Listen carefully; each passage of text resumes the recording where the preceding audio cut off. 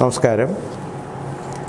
ഞാൻ professor doctor KB. Pillai, director, Keshava holistic medical centre, Chinmaya lane behind Ayurveda കോളേജിന് പുറകുവശം, തിരുവനന്തപുരം. എന്ന് ഞാൻ പറയാൻ പോകുന്നത് ഈ തളർവാദം നമ്മൾ പറയുമെങ്കിൽ തന്നെ ഇതിനെ അത് മൂന്നായിട്ട് ഡിവൈഡ് ചെയ്യാം. ഇംഗ്ലീഷിൽ അതിന് ഹെമിപ്ലേജിയ, പാരാപ്ലേജിയ ആൻഡ് ക്വാഡ്രാപ്ലേജിയ. ഞാൻ ഓരോന്നും എക്സ്പ്ലെയിൻ ചെയ്ത് തരാം. ക്വാഡ്രാപ്ലേജിയ എന്ന് പറഞ്ഞു കഴിഞ്ഞാൽ നമ്മുടെ കഴുത്തിന് താഴെ വശം കംപ്ലീറ്റ് സ്തംഭിച്ചു പോവുക. അത് നമ്മൾ പല പേഷ്യൻറ്റിലും നമുക്ക് കാണാൻ സാധിക്കും, പ്രത്യേകിച്ച് ആക്സിഡൻ്റൽ കേസിൽ.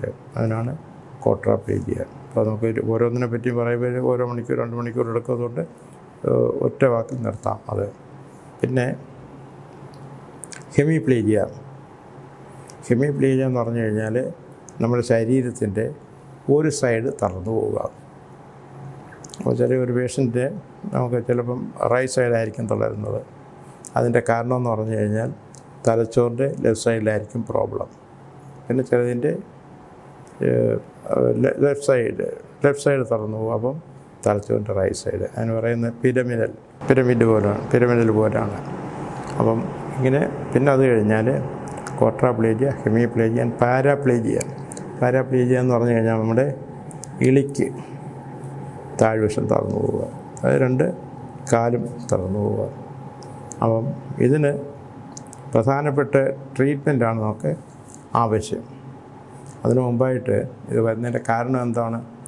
ക്വാഡ്രാപ്ലേജിയ ഞാൻ പറഞ്ഞു, ആക്സിഡൻറ്റ് കൊണ്ട് നമുക്ക് വരാം. പാരാപ്ലേജിയ വരുന്നതിൻ്റെ പ്രധാന കാരണം ഏതെങ്കിലും സ്ട്രോക്ക് വരാം. തലച്ചോറിന് സ്ട്രോക്ക് വന്നു കഴിഞ്ഞാൽ നമുക്ക് പാരാപ്ലേജിയ വരാം. അപ്പോൾ സ്ട്രോക്ക് വരുന്നതിൻ്റെ കാരണം എന്താണ്? ചില ആൾക്ക് ഇപ്പം അമിതമായിട്ട് BP, ബ്ലഡ് പ്രഷർ. സാധാരണയുള്ള ആൾ ബ്ലഡ് പ്രഷർ ഒന്നും തന്നെ ശ്രദ്ധിക്കത്തില്ല. അപ്പോൾ ബ്ലഡ് പ്രഷർ കൂടിക്കഴിഞ്ഞ് കഴിഞ്ഞാൽ തലച്ചോറിനകത്ത് രക്തസ്രാവം ഉണ്ടാവും.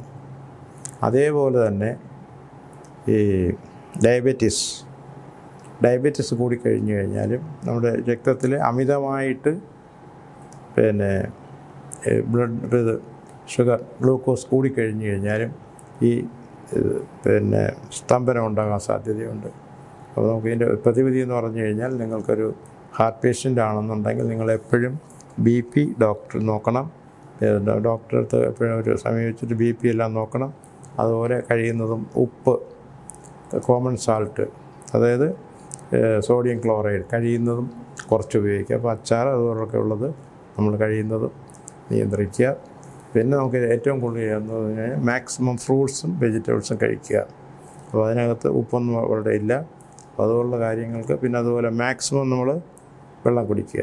ഇത്രയൊക്കെ പറഞ്ഞെങ്കിൽ തന്നെയും ഏറ്റവും എൻ്റെ എഫക്റ്റീവ് ട്രീറ്റ്മെൻറ്റ് എന്ന് പറഞ്ഞു കഴിഞ്ഞാൽ, ഇപ്പോൾ ക്വാഡ്രാപ്ലേജിയ, ഹെമിപ്ലേജിയ, പാരാപ്ലേജിയ, ഇതിന് 3ഉം എഫക്റ്റീവായിട്ടാണ് അക്യുപഞ്ചർ ട്രീറ്റ്മെൻറ്റ്. കാരണം acupuncture treatment main action brain and nervous സിസ്റ്റത്തിലാണ്. ഉദാഹരണം, അക്യുപഞ്ചർ അനസ്തേഷ്യ എന്ന് പറഞ്ഞൊരു മെത്തേഡ്. നമുക്ക് ബോധം കെടുത്താൽ സർജറി ചെയ്യാൻ സാധിക്കും. The patient is conscious through out the surgery but doesn't feel the pain. വേദന അറിയത്തില്ല.